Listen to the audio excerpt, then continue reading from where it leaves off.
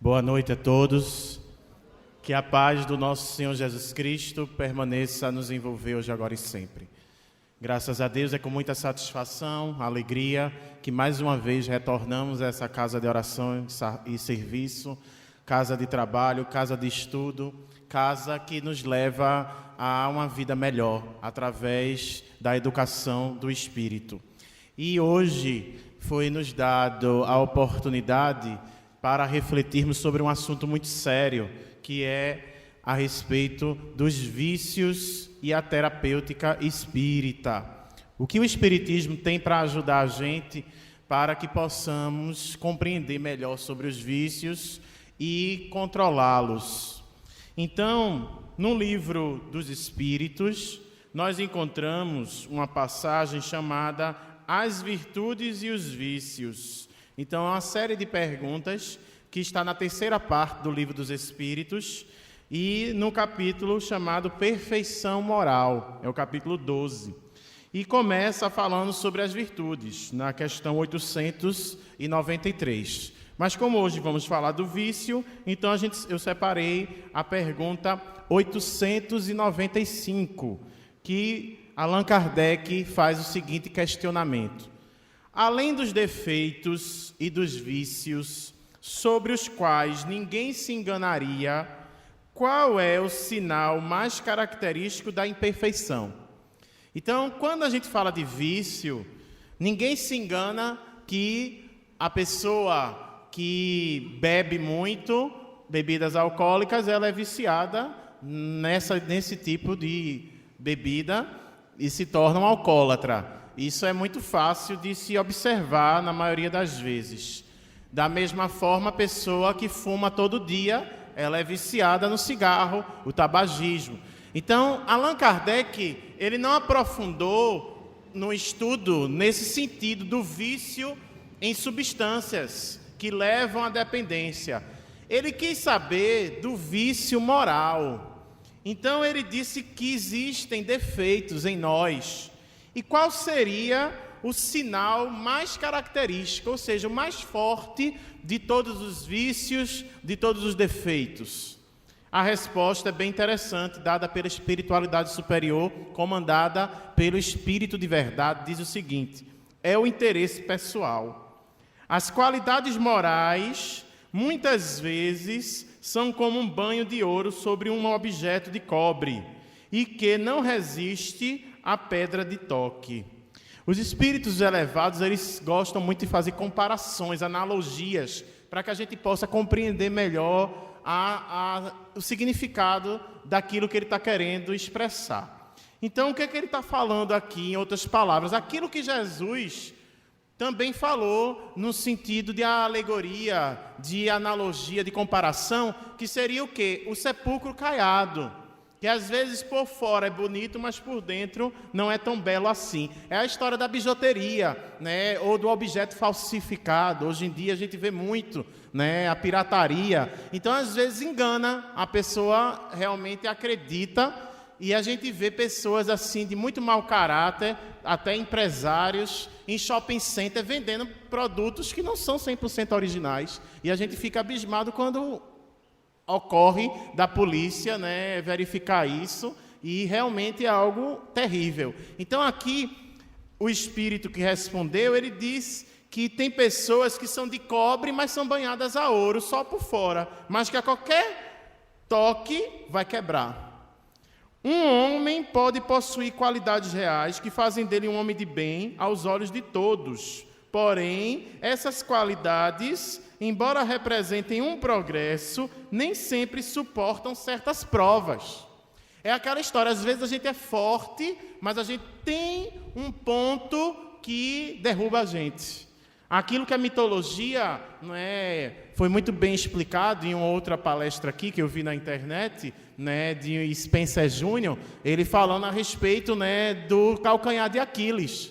Então, quem já ouviu falar da história, né, mitológica, né, sabe mais detalhes até do que eu, mas de uma maneira geral, a história, né, que fica marcado é que um homem forte, né, um semideus, ele era resistente em todo o seu corpo, mas um lugar dele era o ponto fraco, que era justamente o calcanhar, né, e quando ele foi flechado, quando ele foi atingido nessa região, então ele sofre muito e morre. Então, o que é que a gente vê aqui? Que por mais que você às vezes tenha muitas qualidades, e isso é bom, não é que seja ruim, mas tem ainda um ponto negativo que precisa melhorar, o defeito, o vício, e a gente precisa identificar isso para tentar superar esse vício, esse defeito. Então ele disse, às vezes basta tocar no interesse pessoal para que determinados sentimentos venham à tona. Então às vezes é aquela coisa, tocou na ferida, como popularmente a gente diz, então a pessoa realmente, como outra expressão muito utilizada, né, principalmente para mulheres, desce do salto. Então realmente a pessoa se desequilibra às vezes com uma coisa pequena e muda o seu comportamento, o seu perfil. E aí os espíritos superiores, respondendo essa questão, continua dizendo, o verdadeiro desinteresse é algo tão raro na Terra que quando ele se apresenta é admirado como um fenômeno. Contextualizando, hoje em dia é notícia no jornal quando uma pessoa ela é desinteressada, quando ela acha um dinheiro ou objeto de valor e devolve, isso é notícia no jornal, quando deveria ser o comum. Mas não, a maioria das pessoas são apegadas aos bens materiais e não suportam a ideia de dividir. A gente tem tanta dificuldade de dividir desde criança. Se você for reparar, na escola, a gente é obrigado a decorar a tabuada, né? Pelo menos antigamente. Hoje em dia, nem tanto, né? A educação vem modificando algumas coisas para melhor. Mas antigamente você era obrigado, né? 7 vezes 5, 7 vezes 6, 7 vezes 7. Tinha que responder rápido e saber. Ninguém perguntava, né? 35 dividido por 7, quanto é? Aí você já fica, como é que pode? Não dá, né? Não vai dar um número exato. E agora, né? A gente não sabe. Né? A gente tem dificuldade com fração. Quem é que sabe? 1,5, né? Mais um terço, dá quanto? Complica tudo, tem que tirar MMC, né? MDC, MMC ou MDC, aí começa, né? Ah, eu detesto matemática. Será que você detesta matemática? Então você tem que repensar e ver que, na verdade, às vezes a sua dificuldade é de dividir, não é? A gente gosta quando vê lá a pizza, né? Repartidinha as fatinhas, né? As fração, né? Lembra logo de comer a pizza. Mas saber direitinho daqueles detalhes, né? A gente tem dificuldade. Mas na multiplicação, não. Você é obrigado a saber, porque você tem que multiplicar, você tem que somar e não diminuir. Então a gente tem ainda essa dificuldade por conta do apego. Então o vício, ele vem e geralmente está muito associado ao apego. Às vezes não é claro isso. A gente não consegue perceber isso a uma primeira vista. Só através de uma análise mais profunda que você vai ver que você é apegado ao cigarro, é apegado à bebida alcoólica, é apegado a algum objeto e fica viciado naquilo. E, geralmente, no início, o viciado tem dificuldade de admitir que é viciado. Isso é que dificulta, porque ele só vai conseguir se libertar do vício quando ele fizer o primeiro passo, que é reconhecer que é viciado. E a grande maioria de nós, para não dizer todos, que aí seria generalizar, mas a grande maioria de nós, e aí eu me incluo, somos viciados. Somos viciados. E quando eu digo vício, não é só, como eu estava dizendo, substâncias tóxicas. Não é só o vício, não é de substâncias legais ou ilegais, mas é principalmente o vício moral. Terminando a resposta, que é um pouco longa, como a gente está percebendo, ele diz assim: o apego às coisas materiais é um notório sinal de inferioridade. Olha como nós ainda estamos atrasados. Pois, quanto mais o homem se prende aos bens deste mundo, menos compreende o seu destino. Pelo desinteresse, ao contrário, demonstra que vê o futuro de um ponto mais elevado. Então depende do ponto de vista. Se você tem uma visão elevada, se você está em cima da montanha, você consegue ter uma visão melhor de tudo.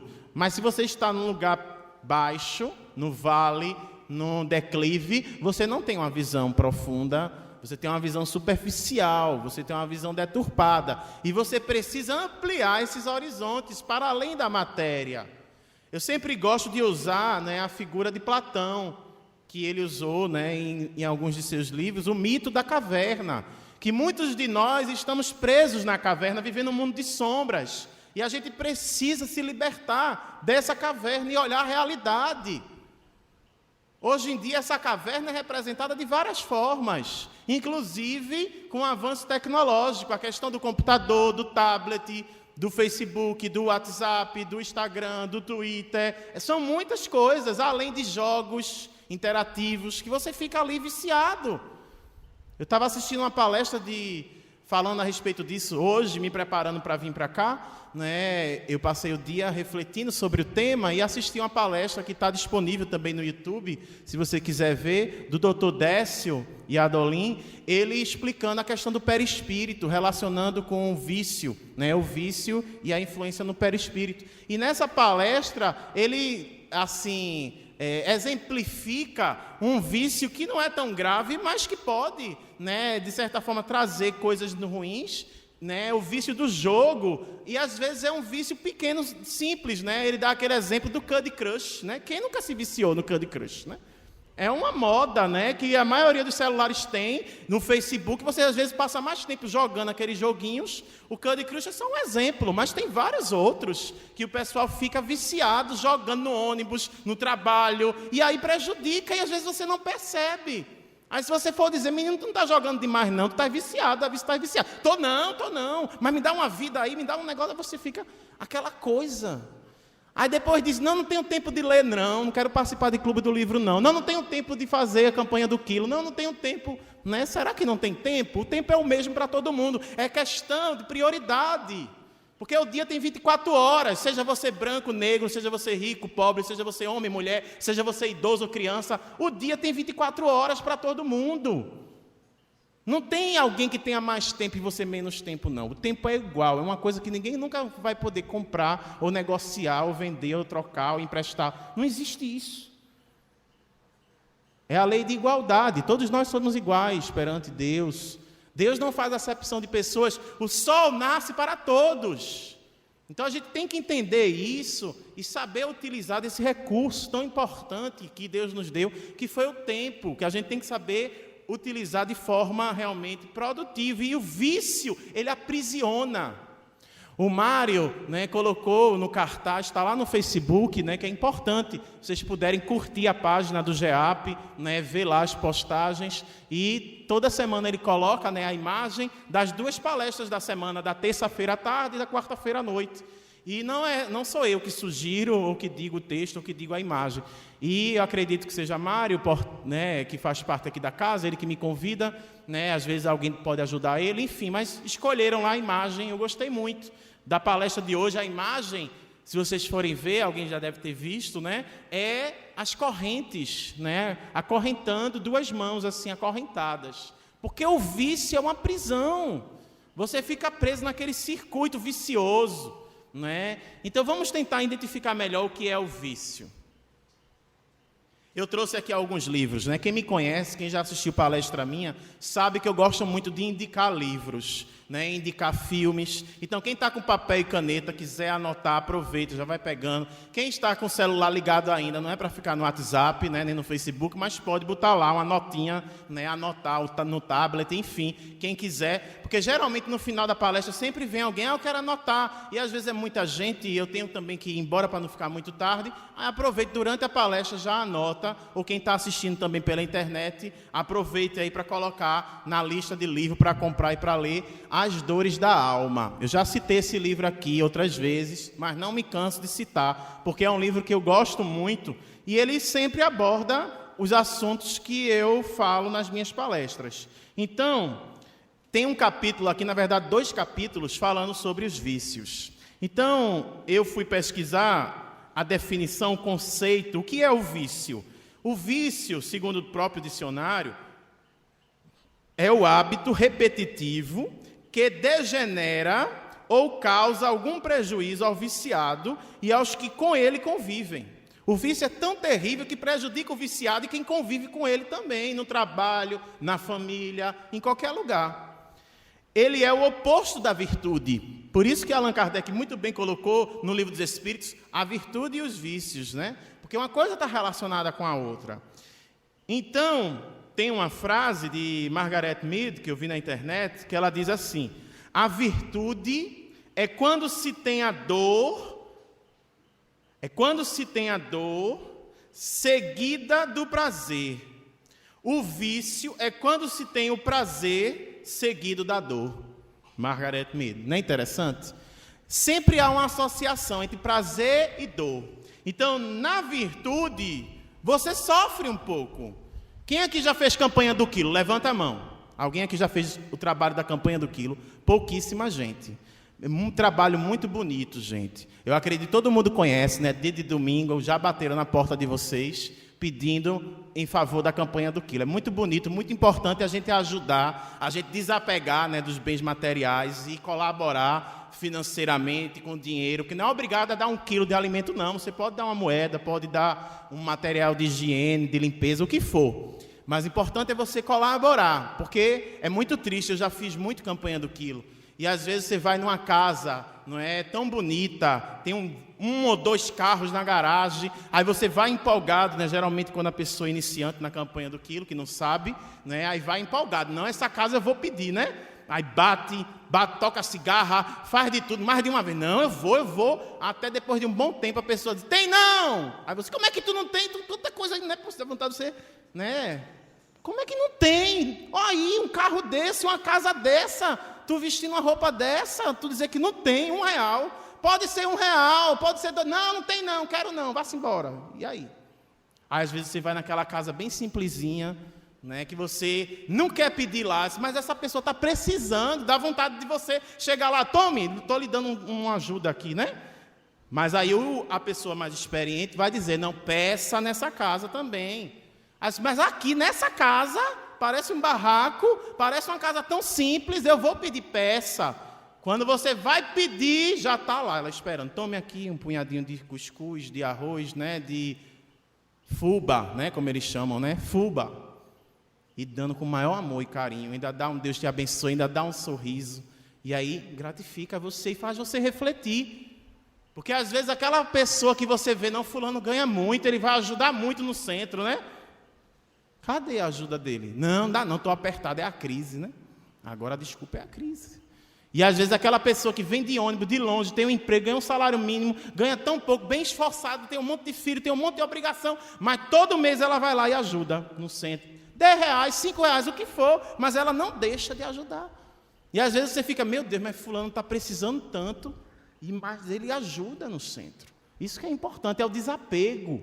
A gente precisa exercitar esse desapego dos bens materiais. Então, o viciado, ele sente a dor depois do prazer. Já a pessoa, quando ela exercita a virtude, como nesse trabalho da campanha do quilo, é um trabalho que requer renúncia, abnegação, dedicação. Você acordar cedo, no domingo, para ir para o centro espírita, para pegar sol, para pegar chuva, de casa em casa, ou então num sinal, ficar pedindo, é cansativo. Você vai sentir dor na coluna, vai sentir dor no joelho, vai sentir dor de cabeça, mas quando terminar o trabalho, você vai sentir um prazer inigualável. Uma alegria, uma felicidade, uma vontade de estar todo domingo lá.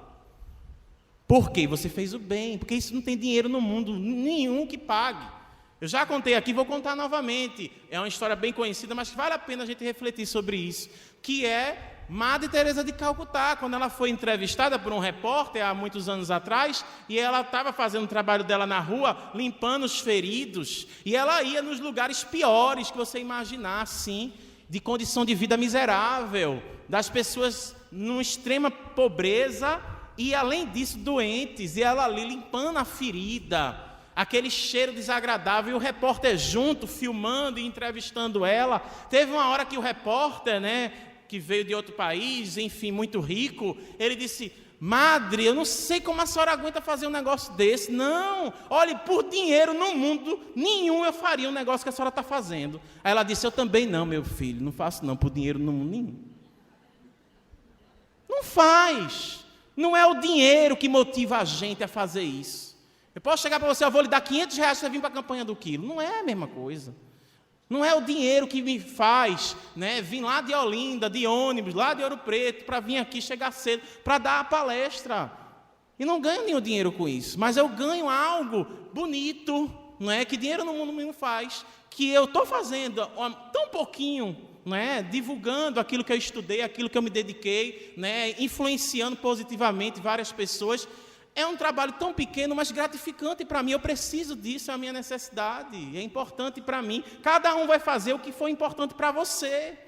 Faça com amor. É tão importante você fazer algo com amor e não fazer algo que o outro mandou você fazer.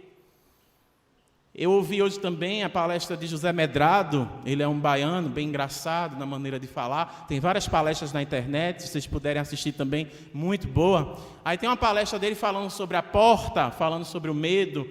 Aí no final ele conta uma história rápida de um senhor que terminou a palestra, um empresário, chegou para ele e disse, Medrado, eu estou passando uma situação complicada na empresa, estou tão desgostoso do trabalho na empresa, a empresa não está indo muito bem, e é estressante para mim. Aí essa empresa foi do meu pai, eu estou administrando desde que o papai foi embora, e para mim está difícil. E reclamou outras coisas da empresa, e Medrado, na maneira prática, objetiva que ele tem, saia dessa empresa, venda, monte um negócio, alguma coisa que você goste. Aí, não, mas é a empresa do meu pai. Se você disse bem, é do seu pai, não é sua. Mas é o legado do meu pai, da minha família, eu tenho que continuar. Então está certo. Depois de um tempo, o empresário foi para aí e disse que a empresa foi à falência. Então não adianta você fazer uma coisa que você não está gostando. Você fica insistindo numa situação que não é boa. Você cria um vínculo, um apego, né, um vício. Tem gente que é viciada no trabalho, tem gente que é viciada em malhar, tem gente que é viciado, né, em alimento, comendo demais, né, aí vem a gula. Então, o vício às vezes vem de uma coisa boa, a princípio, mas que quando se torna excessivo, se torna algo ruim. Então você vê vícios de droga lícita e ilícita, porque as pessoas ficam, né, às vezes revoltadas com essa questão da legalização da maconha, por exemplo, mas não percebem que existem drogas piores do que a maconha que são legais. E aí? A questão do álcool, por exemplo, o álcool ele é uma substância deprimente. Vocês sabiam disso? Muitas pessoas bebem, né, o álcool querendo se alegrar, acha que fica mais alegre, pode até ficar mais alegre por alguns minutos, por algumas horas, mas logo depois vem o quê? Uma grande depressão. Vários estudos científicos comprovando isso. Não é uma opinião pessoal, não. Isso é a ciência que diz. Não é o espiritismo que diz, não é a ciência. O álcool ele é deprimente, ele mata milhões todos os anos no mundo. É uma droga terrível, mas que você pode comprar. E aí? Então a gente tem que entender os males que ela faz para o corpo e para a alma, para o perispírito, para o espírito. Então é algo terrível quando você se vicia no álcool, quando você se vicia no cigarro. Mas não adianta só você ter a instrução de que isso faz mal. Você conhecer, o conhecimento não vai gerar a transformação. Você vê, se fosse possível você se modificar apenas através do conhecimento, da instrução, você não viria médicos fumando. O médico, ele vê lá o pulmão de um fumante, eu já vi. Eu sou fisioterapeuta, me formei na Universidade Federal de Pernambuco e, graças a Deus, tive o prazer, né, e ao mesmo tempo também não é tão prazeroso, né, de ver um cadáver e observar o pulmão de um ex-fumante e de um não fumante. É totalmente diferente. A gente sabe disso. Quando você compra, na carteira do cigarro está lá a imagem. Mas nem todo mundo vai deixar de fumar olhando aquela imagem ou sabendo que isso faz mal para o corpo e para o perispírito. Porque não é uma questão só de conhecimento, é uma questão de conscientização. Você tem que se convencer. O convencimento não vem através só de palavras, mas principalmente através de atitudes.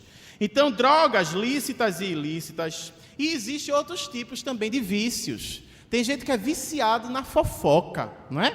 Na maledicência. Tem gente que diz que a língua fica coçando. Vê a que ponto já está o vício. Eu não consigo me controlar, eu tenho que falar, mas não diz nada a ninguém, né? É sempre essa história, né? Ou eu vou te dizer um segredo, mas não diz nada a ninguém. Ela vai procurar a melhor amiga e diz também, um segredo não diz nada a ninguém. A amiga vai dizendo, vai dizer, quando todo mundo está sabendo já. Né? E é um vício terrível. Quando você começa, é difícil de parar. A maledicência. Outros têm o vício de reclamar. Já perceberam? Tem gente que todo dia tem que reclamar. Olha para aí que sol quente danado. Vixe, não gosto desse calor, é muito quente em Recife. Aí no outro dia está chovendo. Olha para aí, essa chuva é muito ruim, né? Está nublado, olha para aí. Então está reclamando de tudo. Nada está bom para ela. Qual é a solução? Não, porque esse partido não presta. E o outro também não presta. E esse outro também não presta. Nenhum presta. Não presta nada. Explode logo, acaba logo com tudo. Se quem é que presta? E agora? Vai fazer como? É o caos? É? Tem que ter alguém. A gente não pode generalizar. O mal da gente é generalizar. A gente tem que acabar com esse preconceito. A maioria é assim. Eu entendo, com certeza. Mas tem que ter uma exceção. Toda regra tem uma exceção. A gente não pode generalizar, a gente tem que acreditar, tem que ter esperança, tem que pensar positivo, tem que ser positivista, otimista, mesmo que as coisas aparentemente estejam más, mas mesmo assim a gente tem que agradecer. E eu pergunto, você já agradeceu a Deus hoje? Como é importante a gratidão. Isso não é só o Espiritismo que diz, não.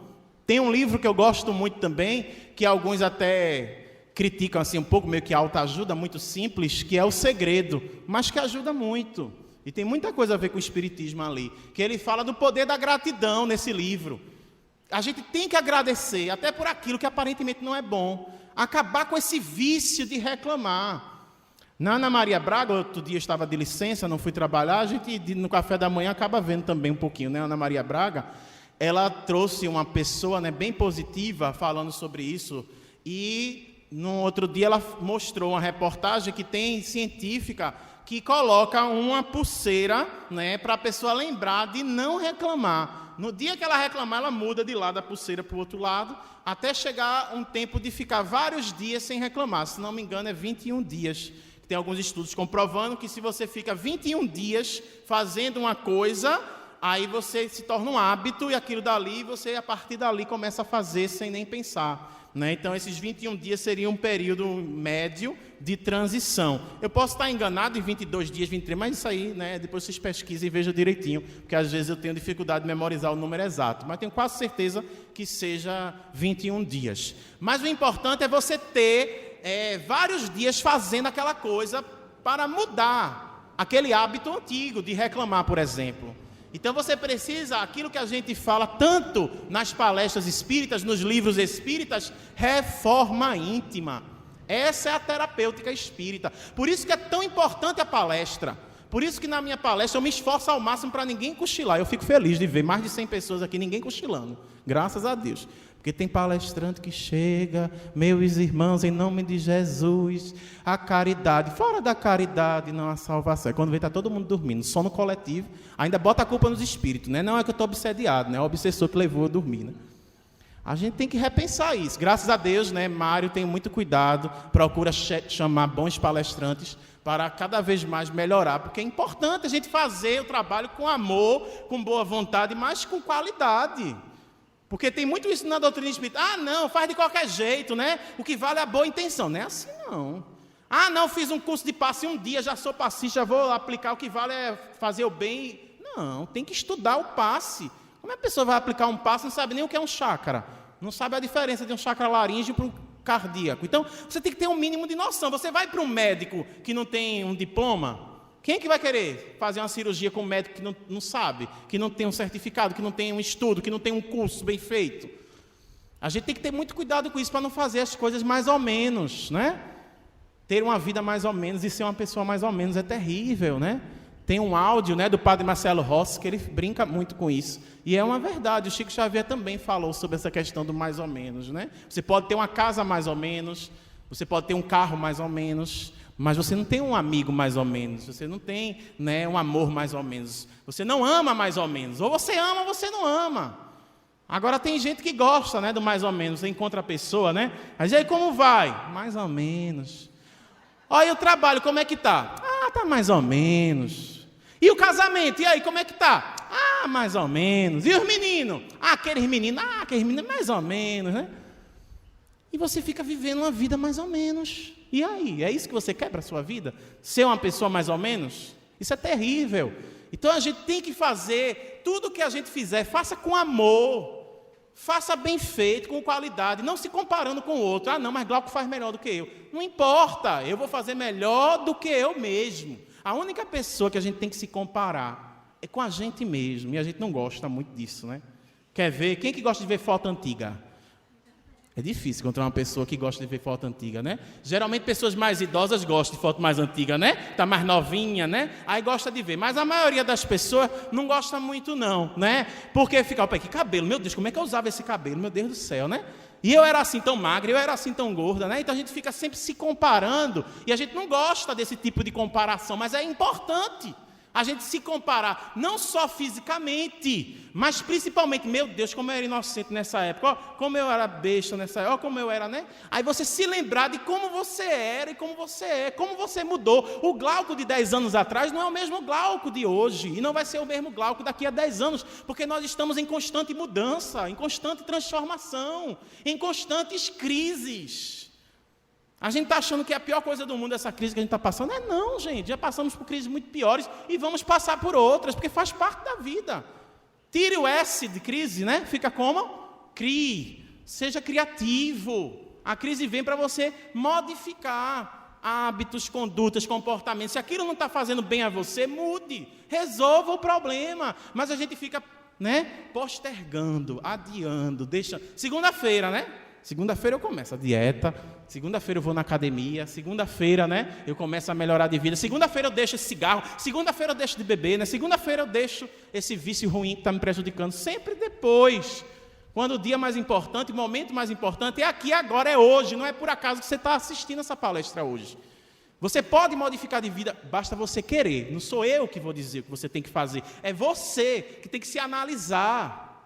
O terapeuta, o analista, o médico, o psicólogo, o fisioterapeuta, não é? Ele vai só orientar o caminho que você vai seguir, mas é você que tem que seguir com seus próprios pés. A mensagem que você vai receber, psicografada, o seu guia, o espírito que vai lhe orientar, o médium, o palestrante, não é? O padre, o pastor, o guru, não é? O monge. Todos esses, eles só vão mostrar o caminho, mas é você que tem que caminhar, é você que tem que seguir com seus próprios passos. A gente não pode fazer a tarefa de casa dos outros. Tem mãe que acha que está fazendo bem danado, né? Fazendo a tarefa de casa do filho, o filho tirando 10. Muito bem, né? Que muito bem que não foi ele que fez. Então, você tem que deixar o seu filho caminhar, mesmo que ele caia, mas ele vai aprender com ensaios e erros. É assim que a gente aprende, né? Então, vício de jogo, já falei, né, que chamam muitas vezes vício de azar, né, jogos de azar, né, jogo de celular, vício do consumismo. Tem gente que é viciada em comprar. Não pode ver uma placa de liquidação, fica, parece que está luminoso, né, piscando, né? E aquela coisa, tem que comprar, todo final de semana tem que ir para o shopping, tem que comprar aquela coisa. E não sossega enquanto não comprar. O consumismo, o capitalismo e o apego às coisas materiais. E é lindo, porque cega. Você abre o guarda-roupa, não consegue botar tanta roupa, não tem uma roupa para sair hoje, né? Não tem um sapato para ir, a gente tem que comprar um sapato, está lá, a sapateira esbafaltada de sapato, mas ela não vê, né? É cega, ela quer mais para preencher esse vazio que às vezes está dentro dela. Então ela vai consumindo, comendo excessivamente, né? Aí vem, né? Brigadeiroterapia, né? Aí vem, né? O bolo, né? De chocolate, aquele prazer que a gente sente, né? Tem coisas que até certo ponto são prazerosas para a maioria das pessoas que não fazem mal. Você, claro, comer de vez em quando, não é? Se exercitar de vez em quando. Mas quando se torna algo excessivo, aí você tem que começar a repensar. A questão, quanto tempo você está passando na frente do celular, na frente do computador, na frente da televisão, né? Essa questão dessa sociedade que a gente vive hoje em dia, muito virtual, muito presa à tecnologia. E às vezes você não tem noção que você está viciado naquilo, e outra pessoa fala e você não gosta, você não admite, né? E tem até o vício bom, vamos dizer assim. Tem gente que é viciada em fazer a caridade, tem gente que é viciado na campanha do quilo, tem gente que é viciado no trabalho que você desempenha no centro ou na igreja católica, é aquele fanático, né? E tem outros que chegam a se tornar verdadeiras patologias, né? Como a gente vê a questão do toque, né? Que é o transtorno obsessivo compulsivo. Então ele fica naquele vício, daquela mania, né? E ele precisa de um tratamento especializado. Não é só no centro que vai conseguir se tratar disso, não. Porque a gente quer colocar a responsabilidade tudo nos espíritos, né? Ah, não, isso é uma obsessão, isso é um espírito que está junto de você. Estás com encosto, olha, pelo amor de Deus. Às vezes não é nada espiritual, é um problema seu. Às vezes o pior obsessor quem é? É você mesmo. É a auto-obsessão. Você que está se prejudicando e você não consegue perceber devido à ilusão, devido, né, a um nível mais profundo de obsessão. Porque ela começa de modo simples, é a obsessão simples, mas depois vira o quê? Qual é o outro passo depois da obsessão simples? Antes da possessão, fascinação. Está lá no livro dos médiuns. A pessoa ela fica fascinada. Tem a ver com vício ou não tem, gente? Tem tudo a ver. Então, existe a terapia alternativa, que a gente poderia dizer terapia complementar, porque a alternativa dá a ideia que você vai alternar, ou uma coisa ou outra. Não, uma coisa mais outra. Você não pode abandonar o tratamento médico porque está fazendo tratamento no centro espírita. Ou começou a fazer outro tipo de tratamento, como a acupuntura, florais, reiki, várias outras técnicas, meditação, né, massagem, tudo isso vai ajudar. A gente tem que procurar aquilo que é melhor para a gente. A homeopatia, tem várias técnicas, né? Mas qual é a terapêutica espírita? Primeiro lugar, a oração. A prece, ela tem um poder muito forte. Segundo lugar, o passe. Terceiro lugar, a fluidoterapia, que tem a ver com o passe. Inclui também a água magnetizada, né? A água fluidificada é tão importante, né? Aí a gente vê que às vezes a pessoa não dá tanta importância. Traz para o centro espírita ou compra aqui a água, mas chega no final, depois da palestra, não leva a água. Como é que vai se tratar? Esquece a água no centro, né? A gente tem que dar valor àquilo que realmente tem importância, porque você não ia esquecer um remédio tarja preta, né, que comprou por R$50, por R$30 em qualquer lugar. Mas a água, é só uma água. Não, não é só uma água, é um remédio que pode ser mais forte do que esse que você toma para dormir, ou esse que você toma quando está com enxaqueca, ou esse que você toma quando está numa crise na coluna, no joelho, ou seja lá o que for. Então você tem que acreditar que tem um remédio nessa água. Ela está magnetizada. Você vê a Igreja Católica usa há anos a água benta. Você vê os nossos irmãos protestantes evangélicos estão usando também a água, porque sabem do poder que a água tem para a cura. E muitas vezes é necessário também a desobsessão para a gente conseguir melhorar da questão do vício, não é? Porque o espírito obsessor, ele vê que você está se viciando, e isso para ele é maravilhoso. Então ele vai estimular cada vez mais a você beber, a você fumar, a você falar da vida dos outros, a você jogar, a você fazer qualquer tipo de vício. Brigar. Tem gente que é viciada em brigar. Vê se pode um negócio desse, né? Gosta de brigar, não é? Sente prazer em discutir com o outro, né? E às vezes passa uma vida toda brigando com a mãe, brigando com o pai, brigando. Aí quando a mãe desencarna, ai que saudade, né? De brigar com a manhinha, de brigar com o pai. Gostava das brigas. Então é aquela coisa, você se acostuma até com o que não presta, né? Entre aspas, né? Porque geralmente é isso, o vício é esse misto de prazer e dor ao mesmo tempo. Você sofre, mas você sente um pouco de prazer, e por isso que você repete, mesmo sabendo que isso faz mal para você. Mas aí o que é que você tem que fazer? Substituir. Por isso que é tão importante para a terapêutica espírita a prática da caridade. Não adianta você ficar só ouvindo a palestra, tomando passe, água fluidificada, até aqui está tudo ótimo, mas tudo isso daqui até agora chama-se paliativo, emergencial. É como se você estivesse enxugando gelo. Vai aliviar naquele momento pontual. É uma situação que vai ajudar naquele momento. Mas o principal é você ir atrás da causa. Matar o mal pela raiz. E como é que você faz isso? Evangelioterapia. A prática do Evangelho de Jesus. Por isso que Jesus, quando curava, ele dizia, vá e não peques mais.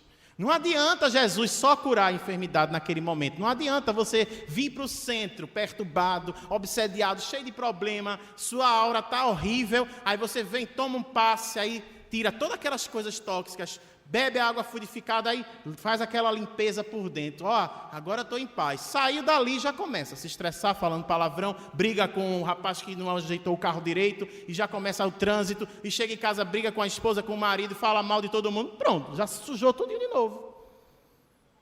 E aí? Não vejo a hora de ir para o centro de novo tomar outro passe. É que nem o católico, vai lá, se confessa com o padre, saiu de lá, já começou a pecar de novo. E agora?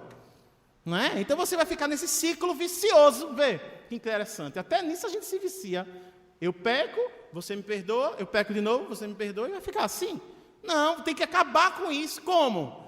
Reabilitando-se, reparando o seu erro, arrependendo do que você fez e procurando ter uma vida nova, nascer de novo. Foi assim com Saulo, quando se transformou em Paulo. Tem um livro maravilhoso contando com detalhes essa história. Paulo e Estevão. É um romance de Emmanuel pela psicografia de Chico Xavier. Então, reforma íntima, evangelioterapia, culto do evangelho no lar. Como a gente passa muito tempo com a nossa família, é muito importante harmonizar o nosso lar. Quem aqui faz o evangelho no lar, gente? Quem aqui já faz? Que bom, graças a Deus. Quem faz sabe o que eu estou falando. Modifica muito o ambiente do nosso lar. As coisas melhoram muito. Não é mágica não é milagre não. Mas a gente tem que fazer. Eu fico triste quando eu vejo pessoas que são espíritas há anos e não fazem ainda o evangelho no lar. Cheio de desculpa. Não, é porque é difícil. Não, é porque eu me esqueço. Não, porque não sei. Minha gente, não existe isso. E a gente ainda bota a culpa no outro, né? Não, porque lá ninguém vai fazer comigo. Faça sozinho, não precisa do outro para fazer o evangelho no lar. Você convide. Toda vez que for fazer o evangelho no lar, tem que convidar todos da casa. Mas eu sei que ele não vem. Mas convide. Você sabe do futuro? Então diga aí, por favor, os números da Mega Sena para mim, por favor, né? Não tem como prever. Não, ele não vai vir. Como é que você sabe que ele não vai vir? Tem uma grande probabilidade dele não vir, certo, concordo. Mas pode ser que naquele dia ele queira participar. Qual é o problema? Mesmo sendo evangélico, católico, ateu, materialista, o que for. Mas não custa nada ele um dia participar. E ele vai quebrar o preconceito. A gente tem que vencer o preconceito através do exemplo, não só das palavras, mas através da prática moral. Então aquela coisa, água mole, pedra dura, tanto bate até que for um dia ele vai despertar. Todo mundo tem o seu tempo, todo mundo tem o seu momento. O evangelho, principalmente, é para você, não é para o outro. A gente está aqui ouvindo essa palestra e diz, era tão bom que manhã assistisse, pai visse, meu chefe visse, né, meu vizinho visse, né? A gente quer que o outro se modifique, mas não é a gente que tem que se modificar. Isso que ele falou deu certinho para amanhã, não deu certinho para mim. Não deu certinho para sua mãe, seu pai, seu vizinho, seu marido, sua mulher, não. É para você que a gente está falando, cada um aqui, inclusive eu. Por isso que a gente usa o nós, porque eu também me incluo nesse momento, nessa passagem. Então, é importante para ajudar nessa terapêutica a campanha do quilo, o trabalho voluntário, o trabalho de amor ao próximo, a música, né, a musicoterapia, né, quando um caso mais grave como o alcoolismo, procurar o AA, né, existem associações, né, também para outras situações de dependentes. Procurar fazer um trabalho de arte, né, artístico. A arte gera prazer também. Então, você dançar, você pintar, enfim, desenvolver algum talento. Né? Hoje em dia é uma moda, né, aquelas pinturas, né, a gente compra aqueles livros para desenhar, para colorir. É uma forma para alguns. Você tem que procurar aquilo que é bom para você. Porque quando a pessoa está tão perturbada, aquilo ainda vai perturbar mais ainda. Meu Deus, eu não gosto desse negócio não. Aí vai rasgar o livro, vai quebrar o lápis. Vai ficar estressado do mesmo jeito. Então, você tem que procurar aquilo que faz bem para você, que não necessariamente é o que faz bem para o outro. Então, tem gente que adora o mar, sente bem, sente prazer. A gente mora aqui tão perto do mar, e tem gente que faz tempo que não vai para a praia, viu? Estou vendo aí um branquinho aí, né? Está refletindo, parece um sol, né? A gente precisa ir para o mar. Se a gente não dá valor à praia, ao mar, aí na outra encarnação a gente mora lá no meio do Brasil, né? Lá em Minas Gerais, né? Goiás. Aí para ir para ver o mar vai ser difícil, viu? E a gente aqui pode ir a pé, alguns, né, e não dá valor. É aquela história, eu não vejo a hora de ter uma piscina, eu adoro piscina. Quando mora num lugar que tem piscina, vai uma vez, duas, depois não vai mais. Né? A gente não dá valor quando a gente tem, só dá valor quando a gente perde ou quando a gente não tem. Se você tem 10 opções, aí você demora para escolher, escolhe uma, você não fica feliz pela que escolhe, você fica pensando, meu Deus, podia ser aquelas outras ou aquela outra, né? As 9 que você perdeu, você fica triste que perdeu 9, não porque ganhou uma. A gente, infelizmente, é assim, insatisfeito. A insatisfação é que leva à infelicidade. O contrário de felicidade não é infelicidade, não, é insatisfação. Tem gente que é muito insatisfeita e vira um vício, né, um ciclo também vicioso de insatisfação. Tem algumas historinhas, né, que retratam isso. Né? A história do do vagalume, né, que vê o sol, sol é bom, né, queria ser o sol, aí se transforma no sol, o sol brilha muito, mas se cansa, aí vê que a lua é mais bonita, queria ser a lua, aí vira a lua, aí depois a lua olha assim, a nuvem que é melhor, que anda, né, e se locomove, eu fico aqui só fazer esse movimento, aí querer ser a lua, aí a lua também se cansa, não é, aí depois de um tempo olha o vagalume, queria ser o vagalume, e agora? Aí voltou para o vagalume, né, mais ou menos assim, a história tem mais detalhes, mas o principal é o quê? Que você está sempre insatisfeito, querendo ser o outro, né? A grama do vizinho é sempre mais verde, a vida do outro é sempre mais feliz e a minha infeliz. Não, gente. Todos nós passamos por dificuldades e a gente tem que aprender a superar essas dificuldades. Por isso que é tão importante a leitura. 18 de abril foi o dia da publicação de que livro, gente? O Livro dos Espíritos. Como é importante ler esse livro. Não só ele, mas vários outros, né? O Evangelho segundo o Espiritismo e tantos outros livros, né? Então, ter o contato com a natureza, tomar um banho de mar, de cachoeira, né? Admirar o pôr do sol, olhar a lua. Vocês viram a lua hoje? Como ela está linda? Vale a pena, gente. Isso é terapêutico, isso faz bem. Isso é um tipo de remédio também. Mas em alguns casos, devido a um problema hormonal, né, a questão da serotonina, a questão, né, de neurotransmissores, é necessário também tomar o medicamento pelo médico, né? Fazer terapia, buscar fazer uma análise, enfim. Então eu vou ler aqui uma pequena passagem desse livro, né, As Dores da Alma, que fala sobre essa questão, por exemplo, do vício da comida. O primeiro exemplo que ele dá é da pessoa que come muito, né, e se torna obesa. Aí ela diz assim, geralmente, ele, né, que é um espírito chamado Hamed, geralmente a obesidade nasce da falta de coragem para enfrentar novas experiências. É a compensação que a criança carente existe no adulto encontra para sentir-se protegida. Então, ele analisa que às vezes vem da época infantil, que quando você chorava, a mãe lhe dava de mamar e você sentia o prazer e aliviava. Então, você automaticamente aprende que a comida alivia a dor, gera prazer. Então, quando você está mal, deprimido, você tem que comer para tentar aliviar aquela dor. É mais ou menos essa análise que ele faz, não é? E que às vezes pode gerar essa fuga através do excesso da comida e isso pode gerar um vício. Então, a pessoa que tem um vício, ela tem uma dificuldade de se adaptar à vida social. E aí, procura o vício como uma forma de proteção e de segurança. E aí ele leva a gente a refletir na necessidade de fazer essa análise. Porque todo excesso é produto de uma viciação em andamento. Então, tem uma palestra no YouTube também, aqui foi proferida no GEAP, falando sobre nada em excesso, que é um dizer também muito profundo, muito importante, que tudo o que a gente faz em excesso faz mal para a nossa vida.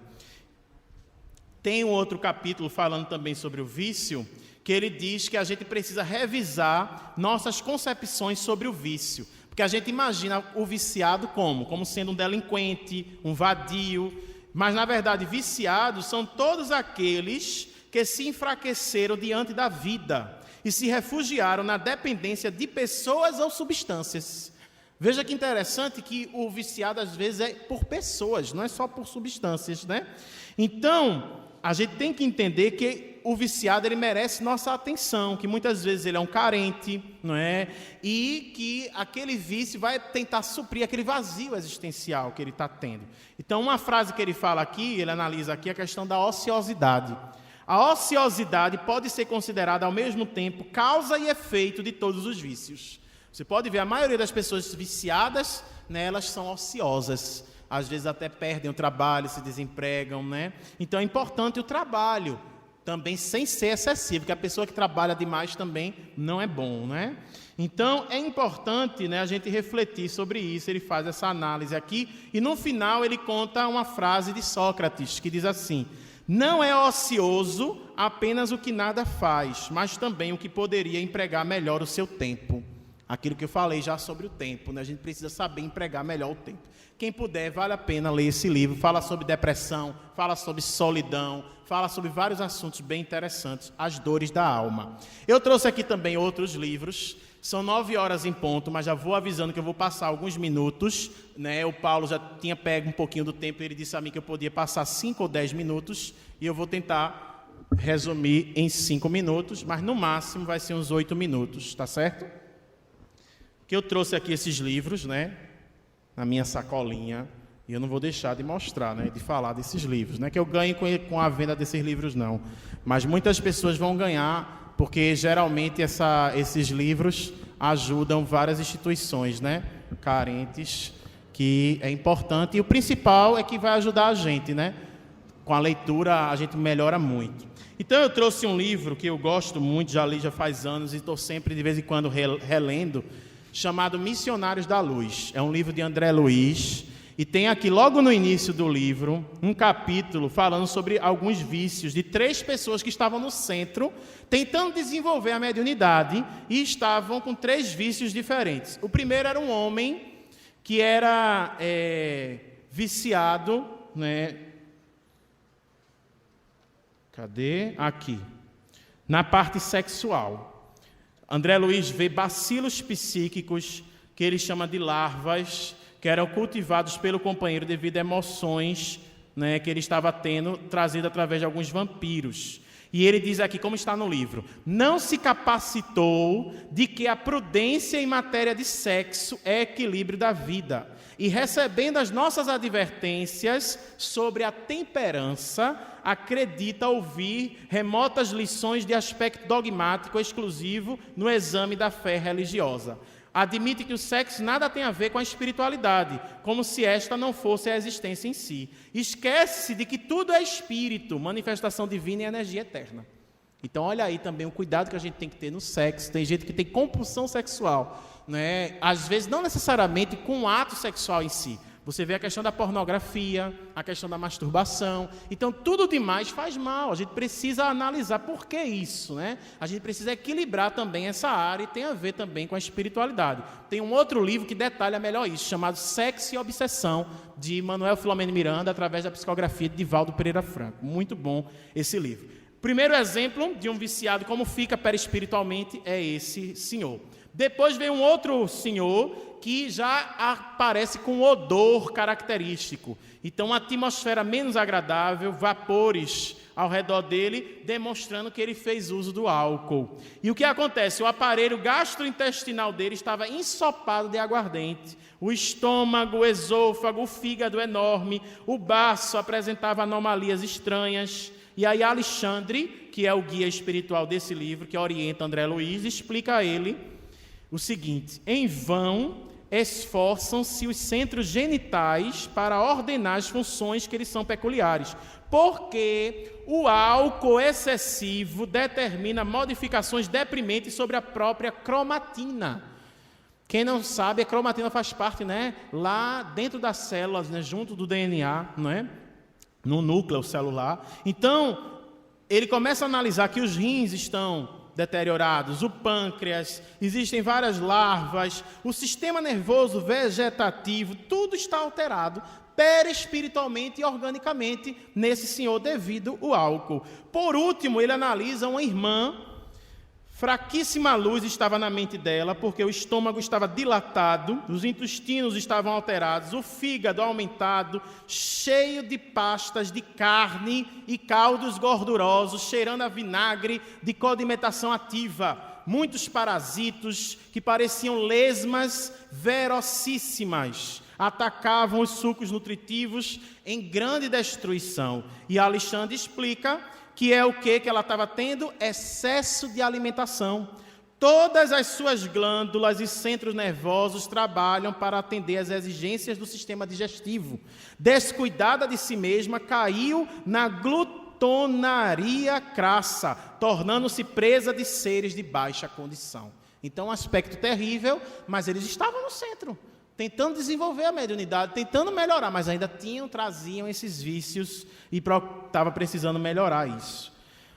Depois ele vai contar uma história, né, de vampirização e influenciação. E o que acontece? 3 pessoas, quando saem do centro, estavam aparentemente bem. Quando chegam do lado de fora, 3 espíritos estavam esperando eles. Um espírito se aproxima da mulher e 2 espíritos do homem. E depois essa mulher e esse homem se afastam e o homem vai para a casa dele. E André Luiz observa que os 2 vampiros, obsessores, acompanham esse homem. E aí vai explicar quem são esses obsessores, né? O da mulher era o ex-esposo desencarnado que estava acompanhando ela, não é? E o caso do homem, que é o principal que a gente vai analisar, era um rapaz que tinha vícios onde? Em locais de prostituição, no meretrício, como ele diz aqui. Então, ele ia frequentemente, né, para zonas atrás de mulheres, né, que faziam programas, né, relacionados com a prostituição. Então, o que acontecia? Existia essa ligação entre esses espíritos. E qual era a terapia que foi utilizada? Será que tinha como expulsar esses espíritos dele? André Luiz pergunta. Ele disse que não. Se fosse expulsar, depois de pouco tempo ele chamaria de volta, atrairia como um imã.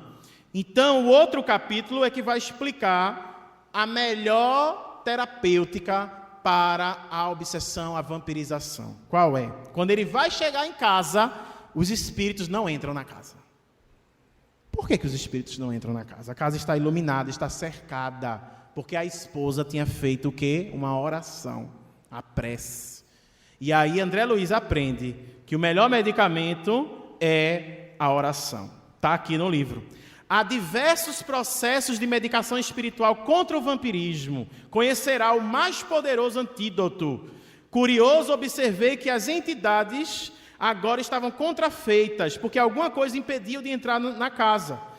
Naturalmente, você já sabe que a prece traça fronteiras vibratórias. Olha aí, a prece criou uma barreira. A oração no lar conseguiu fazer isso de sua companheira, que era uma mulher jovem, cristã, tranquila, e isso surpreendeu, né, o André Luiz. Mas o tempo não dá para dizer muitos detalhes, procure depois ler com calma essa história e outras que tem aqui nesse livro chamado Missionários da Luz. Os outros 2 livros que eu trouxe foi um livro de Andrei Moreira, que aqui ele fala sobre cura e autocura, é um médico lá de Minas Gerais. E aqui tem um capítulo que ele fala sobre a terapêutica espírita. E ele vai falar sobre a oração, sobre o passe, aquilo que eu já falei. Por isso que eu só vou citar, não vai dar tempo de eu ler nenhuma passagem do livro, mas durante a palestra eu já falei algumas coisas que estão aqui nesse livro. Muito interessante. Inclusive eu tenho, né, dado palestra sobre esse tema, cura e autocura. Já apresentei seminários também baseados nesse livro. É um livro que vale a pena estudar profundamente. E agora, para terminar, o livro Transição Planetária, de Manuel Filomeno Miranda, através da psicografia de Divaldo Pereira Franco. O que é que esse livro tem a ver? Ele fala sobre um tsunami que houve, né, alguns anos atrás, acho que vocês se lembram, né, lá perto da cidade de Sumatra, na Indonésia, e diz que a cidade teve 2/3 de sua área afetada pela destruição. Era um país muito populoso, né, tinha muitos muçulmanos, e cerca de 150 mil pessoas desencarnaram. Então, houve um grande trabalho espiritual lá, e o Manuel Filomeno descreve aqui esse trabalho. E o que foi que aconteceu quando houve esse desencarne coletivo? Muitos espíritos obsessores iam como vampiros, querendo sugar as energias desse pessoal que desencarnou. Ele diz aqui que eles agem como lobos famintos e disputavam as energias dos recém-desencarnados num processo de vampirização. E aí, ele e a equipe, junto com outras pessoas, estavam ali para ajudar naquela situação, né, tentando afastar alguns desses vampiros de alguns espíritos. E aí depois tem um capítulo que eu gostei muito, que eu recomendo, é o capítulo 7, o amor como força divina, que aí conta justamente que através da oração, através do amor, ele consegue doutrinar uma legião de espíritos das trevas que estavam querendo fazer esse trabalho de vampirização nesse momento. Então, infelizmente, devido ao adiantado da hora, não dá para a gente dar muitos detalhes, mas eu gostaria de terminar com esse pensamento, como é o título do capítulo 7, né, está aqui, o amor como força divina. E realmente o amor é que consegue superar o vício, que consegue, é a melhor terapêutica, né? Porque a prece, a oração está associada ao amor. Não é você fazer um Pai Nosso, uma Ave Maria da boca para fora, não. É a prece que vem do coração, então tem que ter amor envolvido. Aquela oração da esposa não é que foi uma oração forte, não foi uma prece de Cáritas, não foi uma oração de São Francisco, não, foi uma oração feita com amor, independente de que oração seja. Acreditando que essa oração ela tem poder, ela vai ter poder. A gente precisa ter fé e acreditar, não é, nessa bênção. Quando a gente estiver precisando, pedir oração. Quando a gente, não é, estiver mal, pedir a bênção à mãe, ao pai, ao avô, né, e a mãe, ao pai, ao avô, dizer, Deus te abençoe. Isso é maravilhoso, gente, protege a gente. E a gente tem que acreditar, tem que ter a coragem da fé. 1000 cairão no teu lado, 10.000 à tua direita e tu não serás atingido. A gente tem que ter essa fé que remove montanhas e acreditar em dias melhores virão. Vamos ser otimistas, vamos buscar ser cada dia melhores. Espíritas, amai-vos, eis o primeiro grande ensinamento. Espíritas, instruí-vos, eis o segundo grande ensinamento. Que a paz de Cristo permaneça conosco, hoje, agora e sempre. Muita paz. Muito obrigado a todos.